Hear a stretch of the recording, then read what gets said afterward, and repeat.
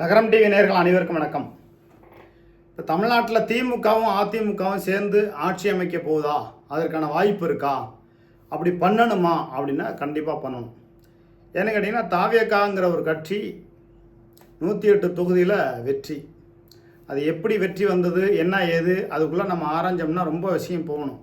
அது இவிஎம் மிஷின்லேருந்து அரசியலில் ஒரு ரசிகர்கள் அலாதி பிரியத்தின் காரணம், இப்படி பல விஷயங்கள் இருக்குது. ஒரு விஷயம் மட்டுமே 108 தொகுதிக்கான வெற்றிக்கான வாய்ப்புகளை ஏற்படுத்தலை. அதுபோல் இன்றைக்கு இருக்கக்கூடிய சூழ்நிலையில் திமுக அதிமுகவுக்கு ஆதரவு கொடுப்பது ஏன்? ஏன்னா இரண்டாவது முறையாக திமுக ஆட்சி அதிகாரம் எப்போதுமே வந்ததில்லை. அதுக்கான சூழல் இருந்தும் அதை திமுக பயன்படுத்தி கொள்ளவில்லை. KN நேரு போன்றவர்கள், SSR ராமச்சந்திரன் போன்றவர்கள், பெரியசாமி போன்றவர்கள், சேகர்பாபு போன்றவர்கள், சுப்பிரமணியன் போன்றவர்கள், ஒரு 6 அமைச்சர்களால் திமுக இரண்டாவது முறையாக ஆட்சி அதிகாரத்துக்கு வர முடியாமல் போச்சு. இப்போ உதாரணத்திற்கு பழனி முருகன் கோயிலில் ஒரு 50 பேர் வேலைக்கு ஆள் எடுக்கிறாங்கன்னு வைங்களேன். அதில் நேரடியாக சேகர்பாபு தலையிட்டுருவார். 40 பேர் வேலைக்கு சேர்றவங்க எனக்கு கப்பங்கட்டி ஆகணும், மீதி 10 பேர் அதான் அந்த அமைச்சர் எத்தனை பேர்த்துக்கு கொடுப்பார், எந்தெந்த சட்டமன்ற உறுப்பினருக்கு கொடுப்பார், பல குழப்பங்கள் இருக்குது. திருச்சியில் பெரியாஸ்திரி அரசு மருத்துவமனையில் கூட்டுற ஆயா வேலையில் 50 பேர் எடுத்தாலும் 10 பேர் எடுத்தாலும் அது சபரிசனுக்கு கட்டிங் போகணும். இப்படி கொடுமையான நிகழ்வுகள், சட்டம் ஒழுங்கு பிரச்சனை, KN நேரு அவர்களால் நகர்ப்புற வளர்ச்சித்துறையில் ஊழல் முறையீடு, இதெல்லாம் ஒரு காரணம் தான். ஆனால் அதையும் மீறி திமுக இரண்டாவது முறையாக ஆட்சி அதிகாரத்துக்கான வாய்ப்புகள் இருந்துச்சு. இந்த ஒரு 5-6 அமைச்சர்கள் செய்த அட்டூழியத்தாலும், முக்கியமாக வேட்பாளர்கள் தேர்வில் கோட்டை விட்டது திராவிட முன்னேற்ற கழகம். எடப்பாடி பழனிசாமி எப்படி கோட்டை விட்டாரோ அதுபோல் திமுகவும் கோட்டை விட்டது அப்படிங்கிற ஒரு செய்தியை நம்ம தொடர்ந்து போட்டுருக்கோம். இப்போ திமுக அதிமுக இணைந்து ஆட்சி அமைக்கணுமா? ஏன் திமுக அதிமுகவுக்கு ஆதரவு கொடுக்குது? திமுக கூட தானே இருக்குது. அப்படின்னா திமுக எப்போதுமே ஒரு மெஜாரிட்டியாக இருக்கணும்னு தான் பார்ப்பாங்க. அதே நேரத்தில் அதிமுகவோட பிடி திமுக கையில் இருக்கணும் அப்படிங்கிறதுலாம் அப்பாற்பட்ட விஷயம். ஆனால் ஒத்துழைஞ்சு போயிடுவாங்க. அவங்களுக்குள்ள ஒரு சமரசமாக சம்பாதிக்கிறதுலையோ திராவிட சித்தாந்தங்கள் அடிப்படையில் ஒத்துழைந்து போயிடுவாங்க. விஜய் ஏன் முதலமைச்சர் ஆகக்கூடாது? ஆனால் என்ன நடக்கும்? ஆனால் ஒரு வெங்காயம் நடக்காது. 2500 ரூபா மகளிர் உரிமை தொகை கொடுக்க முடியாது. 1000 ரூபா கொடுத்தா தெருவில் விளக்கமத்தோடு நிற்பாங்க மக்கள். இதைத்தானே அவர் ஸ்டாலின் 1000 ரூபா கொடுத்தாரு, 2000 ரூபா தரேன்னு சொன்னார், நீ 2500 ரூபான்னு சொல்லிட்டு இப்போ 1000 ரூபா கொடுக்குறிய அப்படிம்பாங்க. சரி, அது போகட்டும், அது ஒரு பிரச்சனை. இன்னொரு பிரச்சனை, 108 தொகுதியில் விஜய் வெற்றி பெற்றதாக அறிவிக்கப்படுகிறது. ஒரு அயோக்கிய பைய 10 வயசு பெண்மணியை பாலியல் ரீதியாக துன்புறுத்துகிறான். வெளியில் சொன்னீங்கன்னா உன்னை கொலை பண்ணுவேங்கிறான். இன்னொரு வீடியோ வருது, ஒரு 4-5 பேர் சேர்ந்து பேசுகிறாங்க. நான் தாவேக்காவில் புஷி ஆனந்துக்கே தண்ணி காட்டினேன், புஷி ஆனந்தை பற்றி என்கிட்ட எல்லா விஷயமும் இருக்குது, நீ என்கிட்ட எதாவது முண்டுனேன்னா உனக்கு தலையை துண்டாக வெட்டிடுவேன், அந்த மாதிரிலாம் பேசுகிறாங்க. தஞ்சாவூர் சட்டமன்ற உறுப்பினர் சரக்கு அடிச்சுட்டு ஆடுறாரு. அது பழைய வீடியோங்கிறாங்க, புதிய வீடியோங்கிறாங்க. ஆனால் இது இப்போ வர வேண்டிய அவசியம் என்ன இருக்குது? அப்போ அங்கேயும் கரும்புள்ளிகள், கருப்பாடுகள், சிலிப்பரிசில் இருக்கா இல்லையா? தாவேக்கா கட்சியில் இருக்கக்கூடிய சட்டமன்ற உறுப்பினர்களில் ஒரு 35 பேர் திமுகவுக்கு ஆதரவான நிலைப்பாடு, ஒரு 15 பேர் அதிமுகவிட்ட தகவல் சொல்கிறவங்க இருக்காங்க. மொத்தத்தில் ஒரு 50 பேர். விஜய்க்கு அதுதான் பதான், ஜெயித்த பிறகு எல்லாம் இங்கே வாங்கய்யா, அங்கேயும் போயிடாதீங்கயான்னு பயப்பட ஆரம்பிச்சிட்டாரு. அரசியல்னால் என்னான்னு விஜய்க்கு இனிமே தான் தெரியும். ஸ்டாலின் அவர்கள் சொல்கிறாங்களே ஒரு 6 மாதம் நாங்கள் தொந்தரவு பண்ண மாட்டோம்னு. அப்படின்னா என்ன தெரியுமா அர்த்தம்? 6 மாதம் தான் அந்த ஆட்சி நடக்கும்னு அர்த்தம். அதுக்கு பேசாமல் எடப்பாடி பழனிசாமியை முதலமைச்சராக்கிட்டு ஸ்டாலின் அவர்கள் வெளியிலேருந்து ஆதரவு கொடுக்கலாம். எதிர்கட்சியாக விஜய் எப்படி செயல்படுறாருன்னு பார்க்கணும்.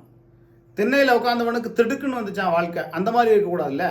நீ எதிர்கட்சியாக போராடு, எதிர்கட்சியாக மக்களுக்காக நின்று பார்ப்போம், பனையூரை விட்டு வெளியிலே வர மாட்டார். நீங்கள் எழுதி வச்சுக்கங்க, திமுக அதிமுகவுக்கு ஆதரவு கொடுத்து எடப்பாடி பழனிசாமி முதலமைச்சரானால் எதிர்கட்சியாக செயல்படுவது எங்களை போன்ற சமூக ஊடகங்களும், எங்களை போன்ற பத்திரிகையாளர்களும், எங்களை போன்ற விவசாய சங்கத்தை சார்ந்தவர்களும் தான் போராடுவாங்க, மக்களுக்காண்டி நிற்பாங்க. பனையூரை விட்டு வெளியில் வரமாட்டார். அது பிராய்லர் கோழி மாதிரி தேர்தல் நேரத்தில் வேறு வழி இல்லாமல் சும்மா ஒரு 4-5 ஏரியாவுக்கு வந்துட்டு அந்த மாதிரி போயிட்டார். எந்த இடத்துலையாவது வேட்பாளர் இவர்தான் அறிமுகப்படுத்தினாரா? எல்லா இடத்துலையும் விஜய் தான். அந்த மாதிரி அம்மையார் ஜெயலலிதா அவர்கள் கூட நினைச்சதில்லை. கர்வத்தின் உச்சத்திலே இருக்கிறார் விஜய். இவர் விஜய் அல்ல, ஆர்எஸ்எஸ் கூட்டத்தால் இறக்கப்பட்ட இறக்குமதி. இதில் என்ன ஒரு விஷயம்னா, அம்மையார் ஜெயலலிதா அவர்கள் அப்போலோ மருத்துவமனையில் உடல்நிலை சரியில்லாமல் இருக்காங்க. அப்போ போய் அம்மையார் சசிகலா அவர்கள் செஞ்ச ஒரே தப்பு, அவங்க செஞ்ச தப்பு எடப்பாடி பழனிசாமியை முதலமைச்சராக்கினது. அதுக்கு முன்னாடி இன்னொரு தப்பு பண்ணியிருக்காங்க. என்ன தப்பு தெரியுமா? ராகுல் காந்தியை கூட்டியாந்து அம்மையார் ஜெயலலிதா அவர்களை பார்க்க வச்சது உடல்நிலை சரியாமல் இருக்கும்போது. அப்போ நம்ம ஆட்சி அதிகாரத்தில் மத்தியில் இருக்கிற நம்மளை மதிக்காமல் பாரா எம்என் நடராஜனோட மனைவி அம்மையார் சசிகலா இந்த அளவுக்கு பண்ணிட்டாங்கன்னு பாஜக குறி வச்சிருச்சு. அம்மையார் ஜெயலலிதா அவர்கள் உயிரோடு இருக்கும் வரை இழுத்துக்கு பிரிச்சுக்கன்னு ஆபத்தில் மருத்துவமனையில் இருக்கிற வரை மோடி வந்து பார்க்கவே இல்லை. ஐயா கலைஞர் அவர்கள் உடல்நிலை சரியில்லாத போது மோடி வந்து பார்த்தாரு. அம்மையார் ஜெயலலிதா அவர்கள் உயிருக்கு போராடிய நிலைமையில் கூட மோடி வந்து பார்க்கவே இல்லை. அப்போ என்ன அர்த்தம்? அவங்க குறி வச்சுட்டாங்க. எப்படி அதுக்கப்புறம் அம்மையார் ஜெயலலிதா அவர்கள் இறந்து போகிறாங்க, தலையில் கை வைக்கிறாரு, ஜெயிலுக்கு போகிறாங்க, எடப்பாடி பழனிசாமி முதலமைச்சராக நடந்த சம்பவம் பூரா உங்களுக்கு தெரியும். அம்மையார் சசிகலா அவர்களுக்கு என்ன நிலைமை ஏற்பட்டுச்சோ அதே நிலைமை தான் விஜய்க்கு ஏற்படும். எழுதி வச்சுக்கோங்க. விஜய் தொடர் ஆட்சி பண்ணவே முடியாது. ராகுல் காந்தியை எப்படி அம்மையார் சசிகலா அவர்களை ஜெயலலிதா அவர்களை உடல் மருத்துவமனையில் அப்போலோ மருத்துவமனையில் இருக்கும்போது சந்திக்க வச்சாங்களோ அம்மையார் சசிகலா, அதே போல் அதிமுக தயவோடு பாஜக தயவோடு விஜய் ஆட்சி அமைக்கட்டும்னு பேச்சுவார்த்தை போயிட்டு இருக்கும் பொழுது திடீர்னு காங்கிரஸ் குறுக்குச்சாலை விட்டு உள்ளே பூந்துடுது. காங்கிரஸ் எந்த ஒரு இடத்துல பூந்தானோ அந்த இடம் விளங்காது. அமீனா பூந்த இடமும் காங்கிரஸ்காரன் பூந்த இடமும் ஒன்று. காங்கிரஸ்காரன் உள்ளே பூந்தவொடனே இப்போ பாஜக குறி வச்சிருச்சு. நிரந்தரமாக ஆட்சி பண்ணவே முடியாது. இப்படியே பண்ணாலும் கூட 6 மாதம்தான். அதுக்கு பேசாமல் ஐயா ஸ்டாலின் அவர்கள் எடப்பாடி பழனிசாமி கிட்ட, ஐயா நீங்கள் ஆட்சி பண்ணுங்கள், நாங்கள் வெளியிலேருந்து ஆதரவு தர்றோம், ஒரு ஆதரவு தர்றாங்கிறது மாதிரி அப்படியே இருந்துருவாங்க. எதிர்கட்சியாக விஜய் எப்படி செயல்பட போகிறாரு? சட்டசபையில் பேச போகிறாங்களா? எதிர்கட்சியாக குரல் கொடுக்க போகிறாங்களா? பேச போகிறாங்களா? தமிழ்நாடு முழுவதுமாக போராட்டம் பண்ண போகிறாங்களா? இவங்களுக்கு போராட்ட குணம் என்பது கிடையாது. ஜாலியாக இருக்கணும், நல்லா சரக்கு அடிக்கணும், என்ன பாலியல் ரீதியான துன்புறுத்தல்களில் பெண்களுக்கு கொடுக்கணும். அதான் பல சம்பவங்கள் நடந்திருக்கு. அதனால் விஜய் எதிர்கட்சி தலைவராக இருக்கட்டும், எடப்பாடி பழனிசாமி முதலமைச்சராக இருக்கட்டும், ஐயா ஸ்டாலின் அவர்கள் அதுக்கு முடிவு எடுத்து விட்டார் அப்படின்னு சொல்கிறாங்க. அப்படி நடந்தால் வரவேற்போம். அந்த ஒரு வகையில் எடப்பாடி பழனிசாமி முதலமைச்சராக 50 சீட்டுக்கு குறைவாக இருந்தாலும் கூட கூட்டணி கட்சியோடு சேர்த்து 50க்கு மேலே இருக்குது. ஆனால் திமுக ஆதரவு கொடுத்துட்டாங்கன்னா 120க்கு மேலே போயிடுது. அப்போ இவங்க அதிமுக ஆட்சி அமைக்கலாம். வெளியில் வந்து திமுக ஆதரவு கொடுக்க போகுது. எதிர்கட்சியாக விஜய் எப்படி செயல்பட போகிறார்? எதிர்கட்சியாக 5 ஆண்டு காலம் சிறப்பாக செயல்பட்டால்தான் அடுத்து அரசியல் எதிர்காலம். எதிர்கட்சியாக இவங்களால் செயல்படவே முடியாது, வாய்ப்பே இல்லை. திருவரங்க சட்டமன்றத்தில் ரமேஷ் சட்டமன்ற உறுப்பினர் சொல்கிறார்ல, திருவரங்க சட்டமன்ற உறுப்பினர் திமுக அதிமுக எல்லாமே ஒழுங்காக கட்டமைப்புகளை செய்யலை, அடிப்படை வசதிகளை செஞ்சு கொடுக்கலாடா, முட்டா பயிர்களா. ஒரு சட்டமன்ற உறுப்பினருக்குன்னு இவ்வளவு தான் நிதி ஒதுக்குவாங்க. அந்த நிதிக்குள்ளே தான் அந்த தொகுதிக்கு எல்லாமே செஞ்சாகணும். இதை முதல்ல புரிஞ்சுக்குங்கடா தாவியக்கா தற்கூறிகளா. ஒன்றுமே தெரியாமல் வந்து ஏன்டா அயோக்கிய பெறுவாங்க. ஏன்னா அமைச்சருக்கு தான் வந்து கோடிக்கணக்கில் நிதிகள் ஒதுக்குவாங்க, அவர் எல்லா பகுதிக்கும் ஒதுக்குவார். ஒரு சட்டமன்ற உறுப்பினருக்கு, ஒரு வார்டு கவுன்சிலருக்கு எப்படி நிதி ஒதுக்குவாங்களோ அதே மாதிரி தான் சட்டமன்ற உறுப்பினருக்கும். சட்டமன்ற உறுப்பினருக்கு என்ன நிதி, வருஷத்துக்கு 4 கோடியா 3 கோடியா 2 கோடியா அந்த நிதிக்குள்ளே தான் பண்ண முடியும். மற்றபடி சட்டசபையில் பேசி எங்கள் ஊருக்கு மேம்பாலம் கொடுங்க, அதை கொடுங்க, எதை கொடுங்கன்னு சொல்லி கேட்குறது அது தனி. இதெல்லாம் முதல்ல தாவேக்கா கட்சியில் இருக்கக்கூடிய தற்கூறிகள் முதல்ல தெரிஞ்சுக்குங்க. உங்களை தற்கூறின்னு ஏன் சொல்கிறாங்கன்றது இப்போ தான் புரியுது. அரசியலே தெரியாத, அரசியல் புரிதல் இல்லாத இவர்கள் வந்து திடீர்னு வந்து பாலியல் ரீதியான விஷயங்களில் ஈடுபட்டு பெண்களை, சிறு பிள்ளைகளை, 10 வயசு பெண்களை வந்து பாலியல் ரீதியான துன்புறுத்துக்கு ஆளாகி கைது செய்யப்பட்டிருக்காங்க. அதுபோல் ஒரு கோயிலில் போய் திருட்டு வேலையில் ஈடுபட்டிருக்காங்க. இந்த திருட்டு குற்றங்கள், சட்டவிரோத குற்றங்கள் எல்லாம் அதிகமாக ஈடுபடக்கூடியவர்கள் தாவேக்கா கட்சியில் நிறைய பேர் இருக்காங்க. 41 பேர் கிரைம் குற்றவாளி அப்படிங்கிறாங்க.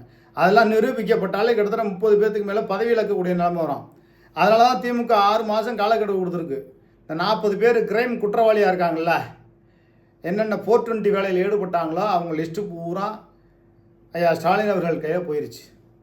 அதை வச்சுக்கிட்டே சட்டசபையில் ஆட்டு இது எல்லா பதவியும் காலி பண்ணி வச்சுருவாரு, ஆட்சி கலைஞ்சு போயிடும். அதனால் விஜய் கட்சியில் உள்ளவங்க கொஞ்சம் அடக்கி வாசிங்க. திருச்சியில் பல பகுதியில் போகிறேன், நம்ம பார்க்குறோம். அப்படியே டூ வீலரில் அப்படியே இப்படின்னு போட்டுக்கிட்டு போதையில் அப்படியே டிவிக்கேன்னு அப்படி கும்பலில் ஓட்டிக்கிட்டு ரொம்ப அநியாயம் பண்ணுறீங்க. அது மாதிரிலாம் நீங்கள் பண்ணிங்கன்னா வண்டி நம்பரை நோட் பண்ணி எஸ்பி ஆஃபீஸில் கம்ப்ளைண்ட் கொடுத்துருவோம். பல பொதுநல வழக்கும் நம்ம போட தயாராக இருக்கோம். திருவரங்கத்தில் ரமேஷ் வெற்றி பெற்றது செல்லாது அப்படிங்கிறது உண்மை. அதேபோல் முசிறி தொகுதியில் விக்னேஷுங்கிறவர் அவர் வெற்றி செல்லாது அப்படிங்கிறது சொல்கிறாங்க. அது எந்த அளவுக்கு உண்மைங்கிறது தெரியல, போக தான் தெரியும். அவர் மேலே சில குற்றச்சாட்டுகள் வைக்கிறாங்க. ஆனால் ரமேஷ் திருவரங்கம் சட்டமன்ற தொகுதியில் போட்டியிட்ட வெற்றி பெற்ற ரமேஷுடைய வெற்றி செல்லாது அப்படிங்கிறது நீதிமன்றத்துக்கு போனோம். அவர் என்ன அந்த திருவரங்கம் சட்டமன்ற தொகுதிக்கு கிழிக்க போகிறாருங்கிறதையும் நம்ம பார்ப்போம். நன்றி, வணக்கம்.